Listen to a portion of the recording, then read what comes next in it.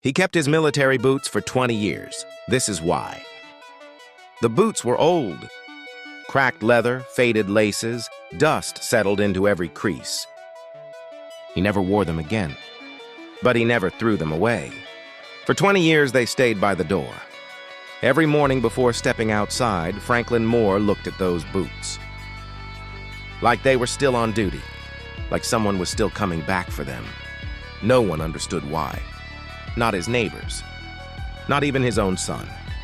To everyone else, they were just old military boots from a war long over.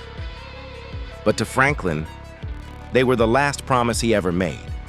20 years earlier, Franklin was a young U.S. Army sergeant deployed overseas.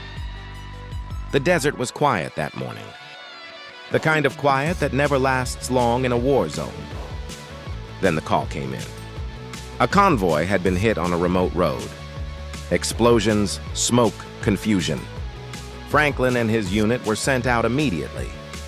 Among his team was Private Daniel Reyes, only 19 years old. First deployment. Always nervous, always joking to hide it.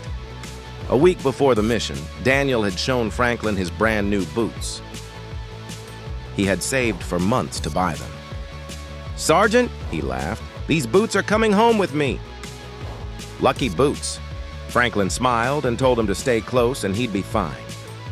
Back then, it felt like something he could promise. But war doesn't keep promises. When they reached the convoy, everything happened fast. A sudden blast, a wave of heat and dust. The sound that makes your ears ring and your heart stop. Franklin shouted orders, trying to pull everyone back to safety, trying to count his men through the smoke. Then he saw Daniel lying near the road. Franklin ran to him, dropping to his knees. He tried to keep him awake, tried to keep him talking. Daniel looked at him, breathing hard. His voice was barely there. "Tell my mom. I wasn't scared." Those were the last words he ever spoke. Franklin stayed with him until the medics arrived. He didn't move. He couldn't. Before they carried Daniel away, Franklin noticed something.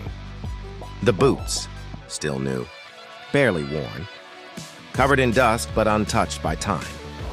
Without thinking, Franklin carefully removed them and held them in his hands.